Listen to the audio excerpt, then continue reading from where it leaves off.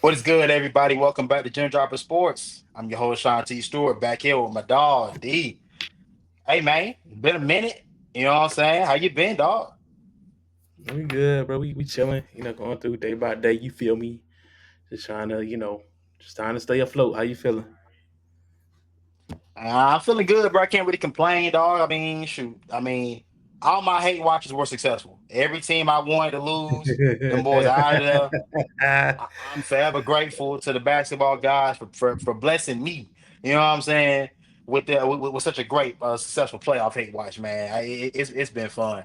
Uh, But yeah, dog, we could go ahead and get into it, bro. The conference semifinals just wrapped up today. It's a Sunday as we're recording this. Oklahoma City versus Denver just wrapped up. Oklahoma City got the dub in dominating fashion over the Denver Nuggets. But we're gonna go, but you know us, we it wouldn't be us if we don't go through every single facet of these NBA playoffs. So we can start from we can go top to bottom here. We can start off with OKC Thunder versus the Denver Nuggets. Thoughts on that series? I remember going in that I picked OKC to win. I believe you did as well, if I'm not mistaken, right?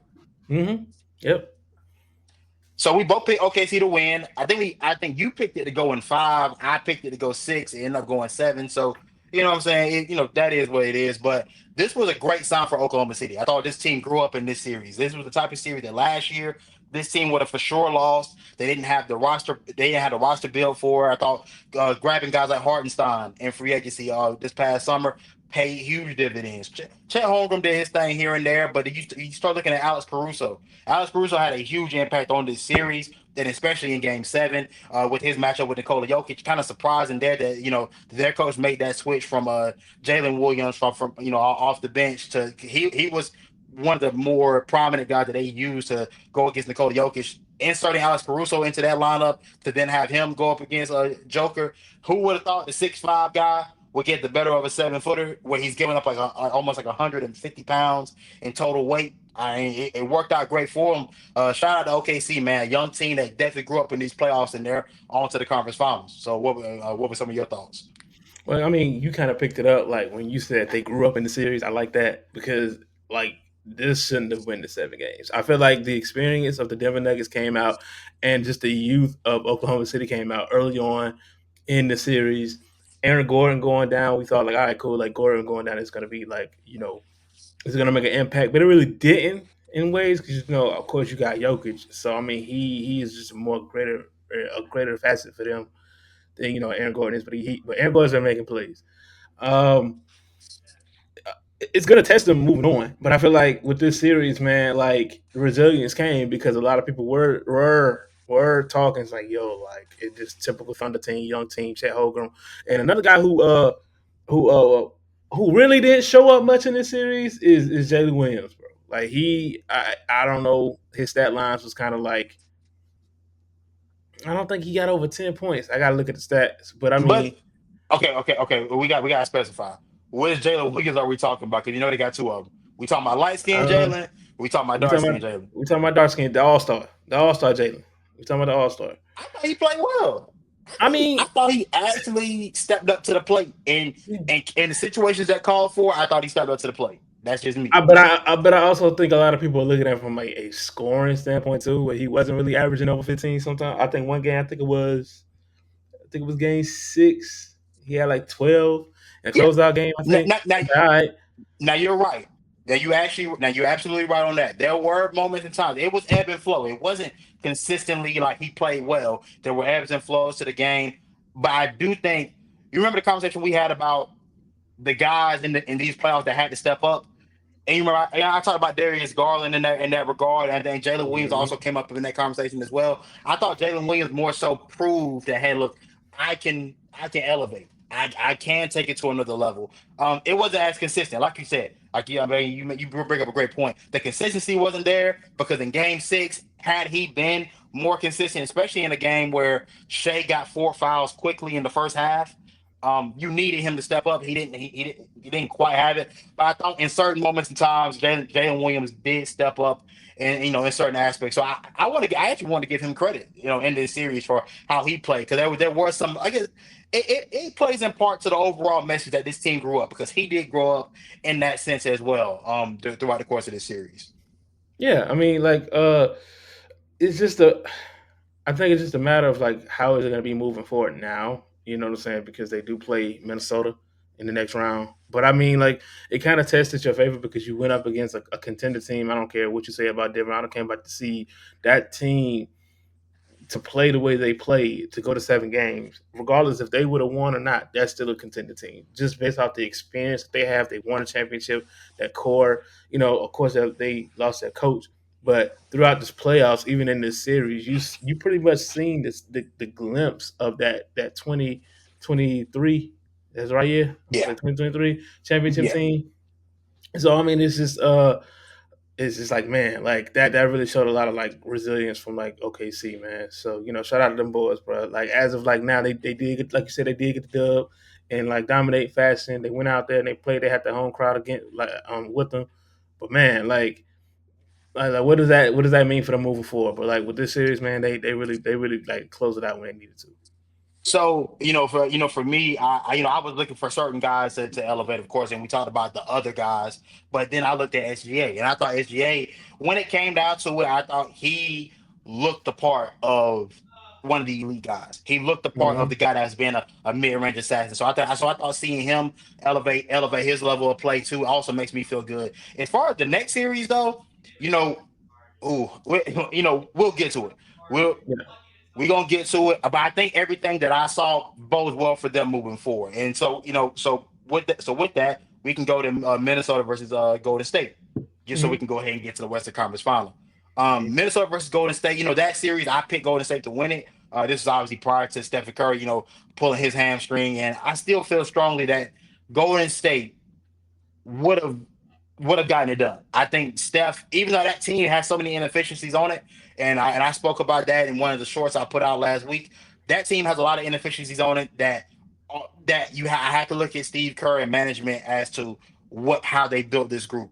But Steph to me would have been too much of a would have been too much of an issue. And my biggest and the reason why I say that is because Anthony Edwards had so many slow starts to games in that series.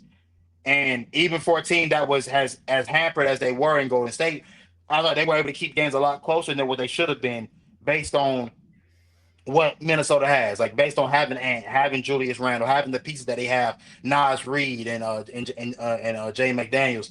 I thought they were able to keep games closer than what they should have, and I thought a lot of that played in part to Anthony Edwards being the best player and not starting out quickly. He obviously picked it up in the second halves. That's where he really elevated his play. And I thought Julius Randle did a fantastic job of picking up the slack. In the meantime, when Anthony Edwards didn't quite have it going. But that team, and if that's how they're going to play, then I don't see them. I just don't see the matchup with them and OKC going well, because OKC is a team that, to me, can defend everywhere on the floor. They got 10 guys that can go defend. And I got my thoughts on OKC in that matchup, but what were some of your thoughts on Minnesota versus Golden State? I think Minnesota, like you said, Ant did start off a little slow in a couple of those games, and then I think even Golden State they took advantage of that as well. Saying okay, he's not really playing. Jimmy kind of stepped up when he did, and they won a couple of games in that series. But it kind of goes back to like they can't, uh, sorry, my music came on. Hold on. You good? All right, stop. There we go. My bad. I'm just gonna start over from that. Um, Now you good. Now you good. Keep on, bro. You got it. so I just think honestly when you look at it, it goes to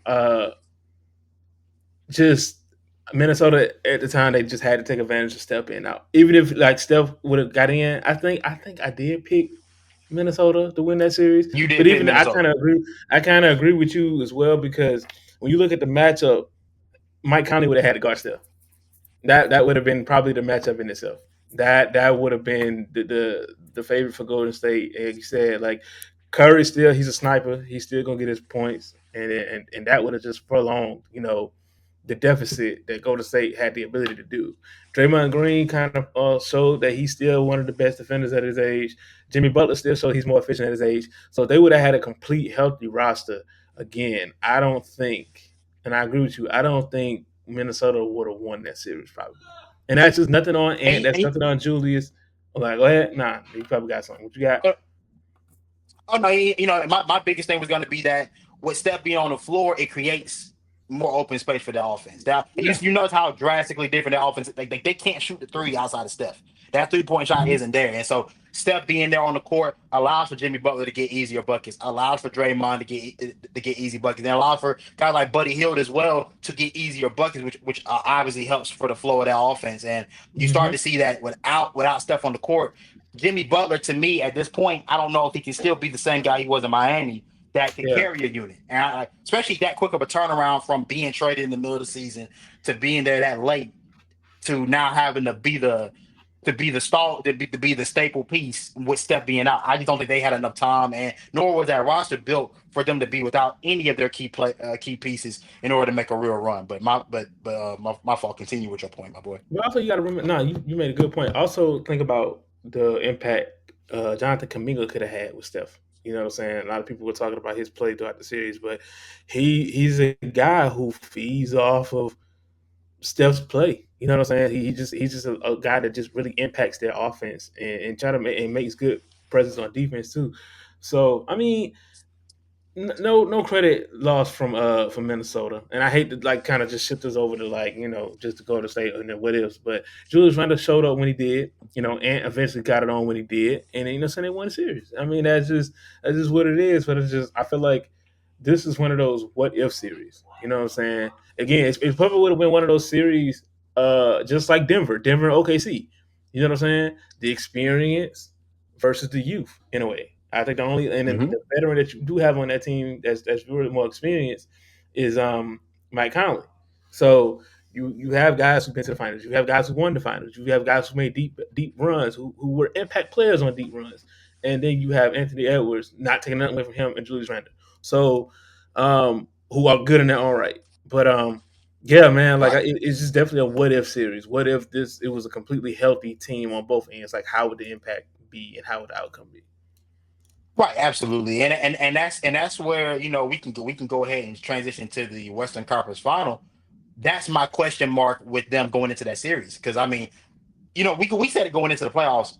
I got OKC coming out of the West to start with, and based on how their respective series went, I still Mhm, have OKC because I thought mhm, OKC didn't get the benefit of Denver losing key pieces. They had to play Denver straight up and down. And they were able to get it done. Now, obviously, Minnesota did the same thing last year. So I mean, it is is what it is. But it's both of these teams now have experience of beating a tough and contending Denver team. But I think this year when I look at OKC and their ball pressure on defense, and I look at how they won that game, like their game seven. That's how they did it. They did it with mhm. consistent ball pressure on the ball handler for whoever had it on Denver's team. Denver couldn't handle it. Murray had problems. Joker had problems. Everybody had problems handling that type of pressure. Now, obviously, Minnesota's more athletic than Denver, so they should be able to match up. But it's the fact that when OKC gets deeper into their lineup, they can still have the same thing, arise. They can still have, multitude of defenders on the floor at one time that can get after it. And that's how they create their offense, through their defense. And with that being the case, I do feel strongly that OKC will just be too much. I think now do I like Minnesota and their one-on-one play in terms of Ant Edwards and Julius Randle if they got to get into their ISO situations. I do like them better than I like most of the OKC guys. But I think overall from a team basketball perspective, OKC to me is going to be a little bit too much for Minnesota to handle. I think you definitely I definitely you hit the nail on that. I think as a complete team, OKC is just a better team. OKC is just more established than Minnesota. You know what I'm saying? Because when you look at the way they played Game Seven, it's like all five guys plus their supporting cast were just a cohesive group. Like they blew them out. And like I said, that is a Denver team who is way experienced and they have like the best player in the world, arguably, and who can make anything out of anything to be a 7 footer. And it's like Facts. Yeah, and you can do that against that team. You know the energy that they have, and just imagine like that one on one play from Anthony Edwards and Julius Randle. That's only going to carry you so much. It's only going to carry you so much. Harstein is a big man who can run the floor. So the chick can run the floor as well. Shea's going to be Shea. Jalen Williams going to do his thing, and Dor, you know, what I'm saying he's a defensive presence as well. Then you got Alex Caruso coming out from the second unit doing his thing with that, running the floor, so on and so forth. I think it's one of those situations where you do have two youthful teams, you have two youthful stars, and the story is going to be Shea versus and you know what I'm saying that's what the people want. They want something like that, but it's just more of OKC is just a more established team. They're a more well coached team is that you know what I'm saying, and they're going to run. Shea's going to get his, and everybody else is going to get theirs as well. But I feel like they have to play with that mentality. Like you can't break that. You feel what I'm saying? Like you can't break the mold and Shea just wants to go off and get like 40 and nobody else is contributing, or Shea just wants to be the guy. But he's never been that guy. He's never been the person who is the guy. He'll get his players involved, his teammates involved, and then they win games. So yeah, it's gonna be interesting. It's definitely gonna be a star-studded battle between those two. But me personally, if I want to, I think OKC wins in me six. OKC in six. I got six too. I got OKC in six.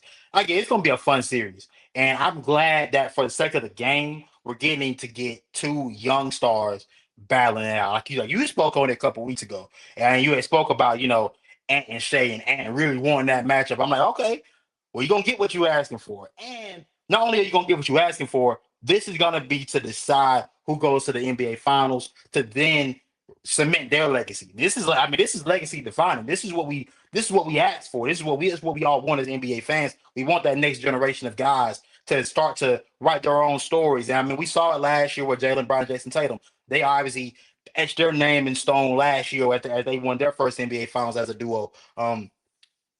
Somebody new is gonna get a shot at etching their name in history, and that's the part that has me the most excited for either of these conference final matchups. But going back to the Eastern Conference semis, Cleveland versus Indiana. This series, hey, I feel very proud of Indiana because at the start of the playoffs, I was huge. I was big on them in the duration of the playoffs, they've done nothing but prove me right. Tyrese Halliburton, like we've spoken on, has done nothing but answer the call to everybody that said he was He overrated. beat He's them done nothing but allegations, answer that baby. message. He beat them things. He beat the He beat he them beat the things. case. Can I say this? Can I say this? I don't mean to interrupt. Can I say this right now? Go ahead. Even if he does not make the finals this year, because it's not expected for him to make the finals. Let's be clear. Probably now, but when the playoffs started, it wasn't. Didn't nobody expect that. Right. Absolutely right. Y'all gotta throw that shit out the window. Excuse my language. Y'all gotta throw that out the window. There's no way this man goes to two consecutive Eastern Conference Finals and is considered overrated. It just That, doesn't happen. You know what I'm saying? It doesn't work like that for me. hey, look. So look, I had a conversation with my dogs a few weeks back. I don't know if we ever had this on the show, but I was telling them, I'm like, dog, like, how can anybody call Ant? No, sorry, not how can anybody call Tyrese Halliburton overrated when him and Anthony Edwards have the same resume? When you talk about what they've accomplished as far as playoffs, accomplishments, or getting to a conference finals, you know what I'm saying? Being at the brink of an NBA finals, they've both done that. Well, they both been in the Olympics. Now, obviously, Ant Edwards had a bigger role on that Olympic team than Tyrese did, but Tyrese wasn't a is an Olympian, and they had their team right back at the brink, at the doorstep of getting to an NBA Finals. And I think, if I'm not mistaken, they're the same age. Like they have everything is right there together. Now, obviously, this then it comes to who do you just like more? They like whose game do you like more? Whose personality do you attach yourself with more? And obviously, Ant Edwards seems to have every bit of the charisma that people want in the face of the league. But don't be questioned. Tyrese Halliburton is a star. I think he's fighting to make himself a superstar. And I think the only way he's gonna be able to get that superstar nod is if he goes and makes the NBA finals, which is gonna be a tough one. That's gonna, that's gonna be what it's gonna be. But ultimately, I think Tyrese Halliburton has done everything to this point in his career that he can do to put himself in certain conversations that people are trying to leave him out of. I honestly think um, that conversation should have never happened in the first place. I mean, you see what he's done in the past 2 years, and like just being the underdog to all these situations, and he's exceeded to his most thing. Mind you, he is also Olympic gold medalist. Let's not him and it. Let's not come on now. You know what I'm saying? So I There, mean, it's just mind boggling me how he went in. Now we can get to the Cleveland part. Um, yeah. 64 games. Obviously you had one of the best offenses in the league. You had them again, just like OKC. You had one of the more like established rosters, and you couldn't get it done. You know, I don't really want to play the blame game for this. I really don't, because I think the media, most importantly, we got to kind of hold ourselves accountable for this too. We kind of look at it from a record base, and we kind of just give other teams sympathy because it's like, oh, they won 64 games. They're playing the Pacers. It'll go to 6 games. But the Cleveland Cavaliers, not understanding, people like you and I who actually watch the game and watch the flows of the game and understand, like, one, the playoffs is a different season. And two, you know what I'm saying? Teams operate throughout as the season goes. You know what I'm saying? Especially if you are in that seed of like the playoffs and everything. Like a lot of teams adjust. And the Pacers have been like an efficient team for the past 2 years to me with Halliburton on the point. And it's like y'all gotta like understand like this is not the team you want to see. It's like one of them teams where you got in the playoffs where like you don't want to see Indiana. Boston Uh-huh. fans was afraid of that. Boston fans was hella afraid of that. They was like, "Yo, y'all played them last year in the East Conference Finals. Y'all don't want to see them boys again this year. Them boys different. They different." And you seen what they did against the 64 win team. You know what I'm saying? They got Halliburton. I mean, they got Miles, and they got like so many key pieces on that team, and they just work. They just work together. They just work cohesively, man. And that's a team that you really don't want.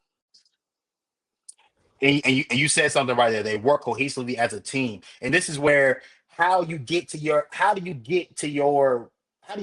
numbers? How do you get to your wins? How do you get to your points? This is where it all comes into play because I look at Indiana. Indiana's team ball, but it's team ball on PEDs. They're able to get to their points because hey, their best player, which is Tyrese Halliburton, isn't the game isn't predicated solely on him getting his first and getting guys going. The offense in and of itself is designed for everybody to touch the rock. And for everybody, if the shot is there, hey, you either take it or you roll to the rim. That's how the offense works. So it doesn't it while it functions while it functions at its best with its best player, it can also survive without their best player consistently having to be the focal point of the offense. Now look at Cleveland. That offense doesn't work if Donovan Mitchell isn't applying the pressure, scoring wise. Because I look at some of their guys like Darius Garland obviously was hurt throughout this for the duration of this series. He missed the first couple of games, I believe, and he was never quite right. So it's hard for me to say anything about him that even thoughts that I had earlier in the playoffs. I won't even put those on him. Like you said, I'm not really here to things that critique some of those things. But just for the mere fact that when you start going into your other guys like Todd Jerome, Max Strus, those guys. Now Max Strus had a hell like he had a good series for the for the majority until up until that last game.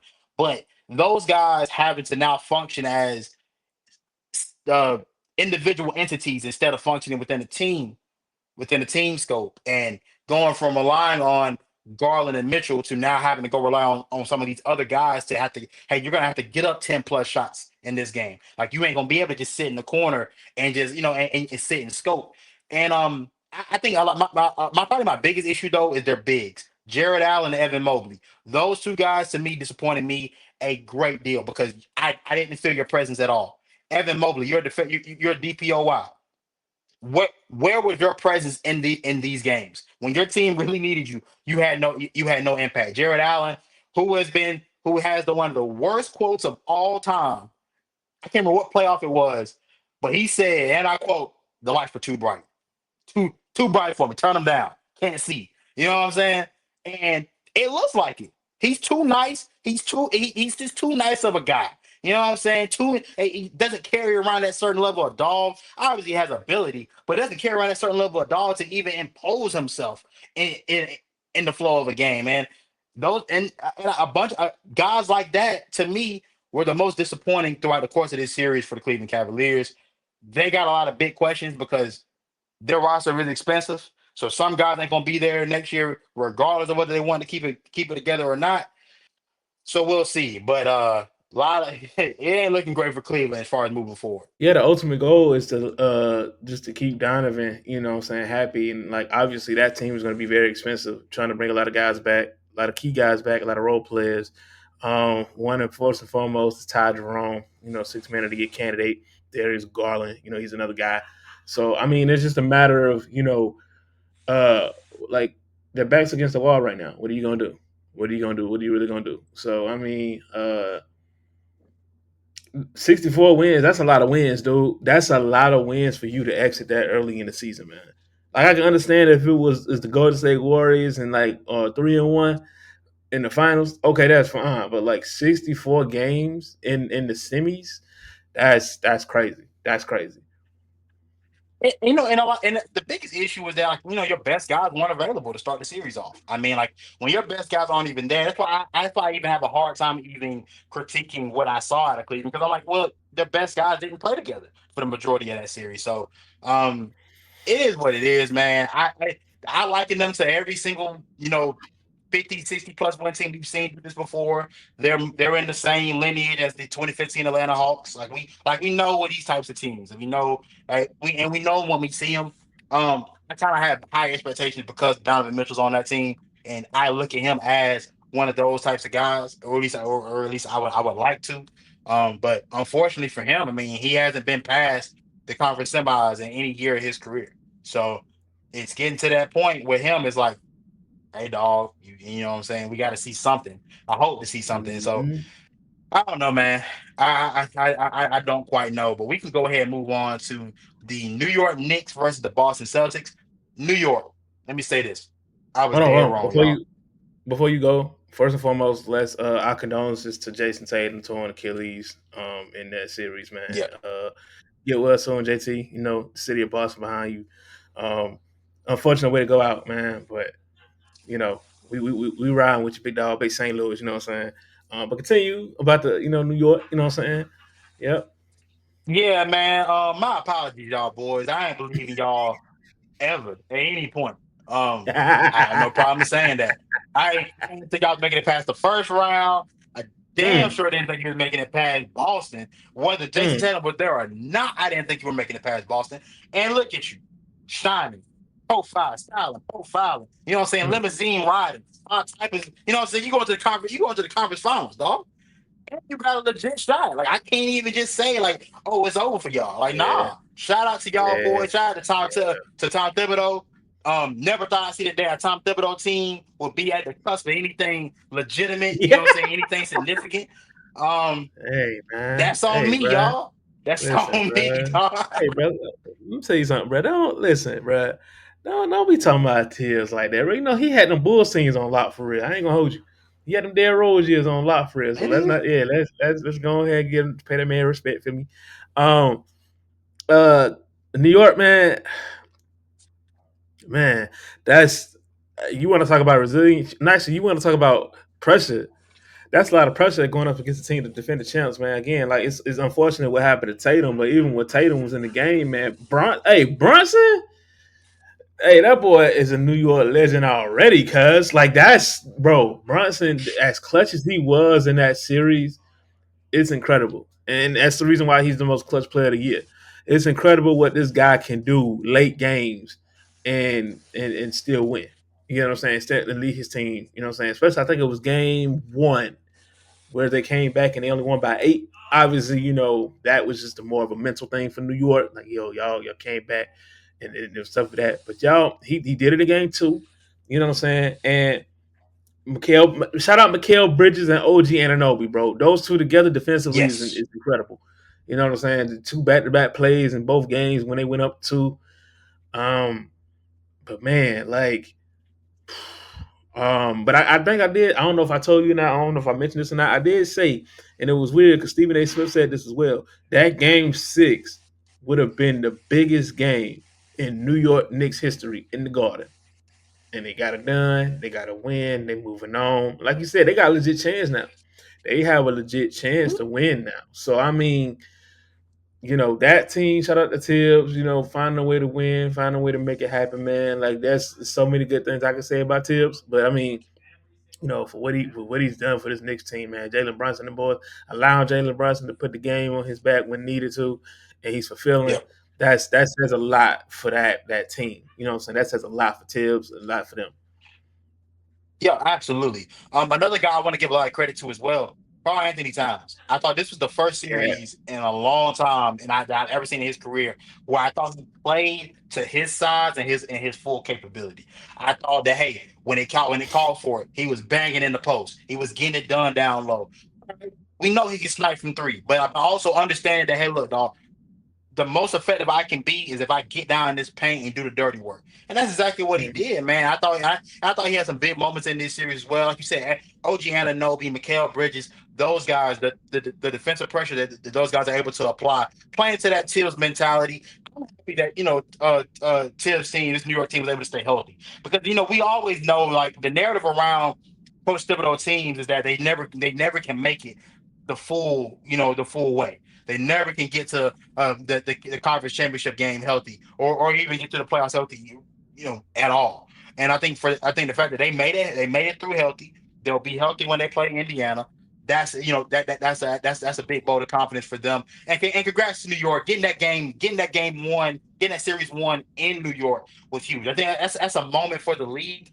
The league is better when the bid market team, when somebody from the bid market is in there. New York haven't been a team that we haven't seen at least in our lifetime be serious contenders consistently. This was great for them. That fan base deserves it. They are. I mean, they're a rabid fan base. They're avid fans. They deserve to have this. Um, I'm happy for them. I'm genuinely happy for every team that made it to the conference finals. But now to Boston, Joe Mazzulla, Jason Tatum, Jalen Brown, they got a lot of work to do as a unit, and in terms of how do they go about setting the tone for their games. And here's the thing that I think we all should take away from this series, and I'll let you go after this. Jason Tatum, Jalen Brown, they're better together. I don't ever want to hear about what one, they should keep one and get rid of the other. Like I think both of these guys are married together in terms of the fact that their mentalities differ, and that's how they and them being that yin and yang is what makes them push. You know what I'm saying? Jalen Brown's always that guy that carries around that certain dog mentality that I wish Jason Tatum would have. Because Jason Tatum to me has all of the talent in the world to be the best player in the game. 6'9", 240, can get to the rack whenever he decides to. That should be the best player in the game if he so chooses to play with that level to play with that kind of mentality. I think Jalen Brown's is more valuable as a leader than Jason Tatum is. Jason Tatum is more valuable as an overall player. But I'll let you go. I think the key thing I heard in that whole statement, I mean, I heard everything. You're absolutely right, but the key thing for me was when he wants to, and I'm gonna stick with that because my logic for Boston, or my issue with Boston, I should say, uh, they are they are a replica team. That is a team that, just like many teams since 2014, 15, they are a replica team of like Golden State or wannabe. This is a team that relies heavy on threes, and they really got them out of, you know, I won't say the contention, but just the competitiveness of it. Jason Tatum, like you said, he's 6'9", 240. He's an athletic guy. You get to the rim. Jalen Brown was known before he came out of college. He was an explosive guy. Get to the rim. Allow yourself to get to the rim and allow the three ball to be a weapon as well. I mean, Joe Mazzulla just doing what he does. Just passes the ball great. Ball moving is great, but if it's only ended on a three, you got to at least get them boys inside, or you got to get them to the rim. You have two explosive players to not get to the line, to the free throw line at least. And I think that's just something that they have to really like think about moving forward. Is because yes, the three is your deadly weapon, but you have other attributes to these guys. Like, and I think a team like Boston with the two superstars they have, they should be able to like swing that narrative and say, hey, like the three can be. Why hasn't the three game been? You remember back in the day where it was inside out, everyone would get inside, but the three was more of an alternate. Why isn't it? reversed nowadays. Nowadays, it's just three or nothing. If you go inside, it's a bad shot. If you go to the line and miss a shot, it's a bad shot. It's all about analytics, and I feel like analytics has ruined the game because hell, when we was growing up, any shot was a good point if you hit it. You feel what I'm saying? And Yeah, so I think for them, it's yeah. just more like um, you have to be able to like utilize everything. And for y'all to be a team that is constantly being a contender, you have so many players who can shoot the ball. You have a two-way player in Drew Holiday. You have a pretty much a two-way player in Jalen Brown. You have an overall three-way scorer in Jason Tatum. Like utilize all of that in your play. You know what I'm saying? And I feel like that's what really messed them up because with or without Tatum, they should have won the series, bro. Let's They let's keep it a should. beat.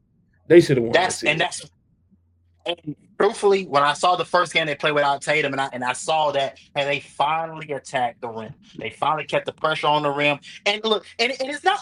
And when we say attack the rim, we're not saying everything's going to end in a layup or or made basket. But we're saying is you force teams to foul you. You force teams to get into foul trouble. You also force defense to crash and cave in Hmm. on you, finding the open outlet, finding the guy in the corner. You said like it's not always about necessarily like are you going to make the shot? It's what you have to make the other team think about when you go into offensive. And when teams are only seeing that, oh, they're only looking for the three. All right, we going New York, credit to New York because this series took a lot of mental toughness to win because when you're down 20 points in multiple games, you have to have the mental fortitude that hey, look, we're gonna stick with what we do. We're gonna continue to attack the rim. We're gonna play the game of twos. They're gonna go at some point they're gonna miss.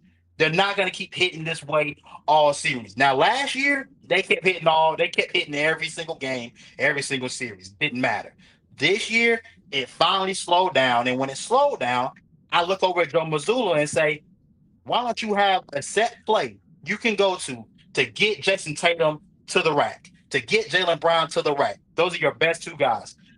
I can tell you right now, when SGA and OKC, when that three ball ain't falling, I know what he about to do. He about to get to that mid range. You know what I'm saying? If that shot ain't falling, I know what he about to do. He's gonna drive and he's gonna get to the mid. Why does Jason Tatum not know? And obviously he's hurt, so we understand that. But when he was there, why does he not know that? Hey, dog, he's the most talented player on the floor. Can't nobody stop me if I decide to go east, west, north, or south. I ain't settling for nan. I'm getting to the rack. Y'all gonna have to foul me. Y'all gonna have to make me stop coming to this month. You know what I'm saying? Y'all gonna have to make me stop. And this is why I look at Jalen Brown. I say, like, I appreciate what Jalen Brown does mentality wise because Jalen Brown to me, because obviously we know him coming in, that was his game. That's always been his game. You know what I'm saying? He's gotten better as a 3-point shooter as the years have gone by. But when he goes back to what he knows best, that's when he's at his best. And I look at Tatum and I say, bro, it's too many times we're looking at you just pass it up, and that's not too late. Now, obviously, hopefully, he has a speedy and and good recovery. Because just to be truthful, we don't know how he's going to look when he gets back. That is a major injury.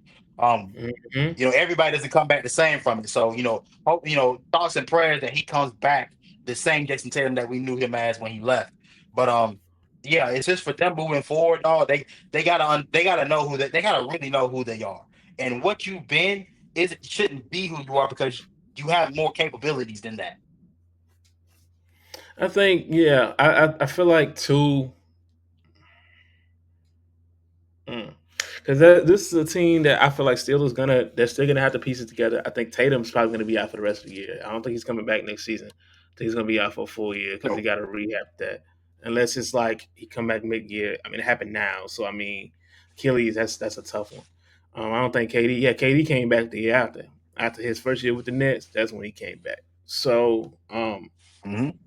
it's just about how you adjust with this. I think Boston's gonna be a year of that's going to be a year of an identity. You know what I'm saying? Because one of your guys is gone, what is the other going to step up? Especially if you've been in the press talking about like all this crazy noise he was talking about in post game. Yeah, you're gonna have to show that next year. And you're gonna have to show that next year, all year. I get it in the playoffs. It's very unfortunate, you know what I'm saying? You lost Tatum, but you made all these accusations about how you the best this and that and all this woo woo. You got 82 games, brother. You gonna have to prove that. That's on you. That is on you, brother, man. Listen, That's hey, real. we gonna back you up. We gonna back you up when it's time to back you up. But when it's time to criticize, when it's time to keep you hold you accountable, yeah, we gonna do that too, cuz. We gonna do that too. So Yeah. um No, absolutely. yeah. I'm excited to see what he looks like though. I'm excited to see whether he Mhm. answers the call and whether he can take it to another level. We're gonna find out. Yeah. Like you said, all We this gonna time you've been see. talking. Well, we're gonna find out. We gonna see, my brother. That's all I know. But now we can move on. We can definitely move Yes, on sir. to the renewed. Aces. The Yeah. renewed. Listen, bro. Listen, I don't know how much you young cats and you young cats out there watching, bro. I don't know how much y'all know about this rivalry, man. This go back to Reggie, Pat. You know what I'm saying? Them boys, like the guard, but the guard does not mess with Indiana, and the Indiana don't mess with the guard. You know what I'm saying? They ain't nothing like that. Reggie Miller came out. I don't know if you seen it lately. They was like, Reggie, are you afraid of calling the game in Madison Square Garden? Reggie Miller said, I own the building. Reggie said, I own this. But you got the legend coming out saying, yo, I own this. I ain't scared of calling no game in here. You know what I'm saying? So that gives Indiana already some type of prop, man. So, yo, this series about to be interesting, bro. This series is about to be interesting because of the rivalry, because of the players.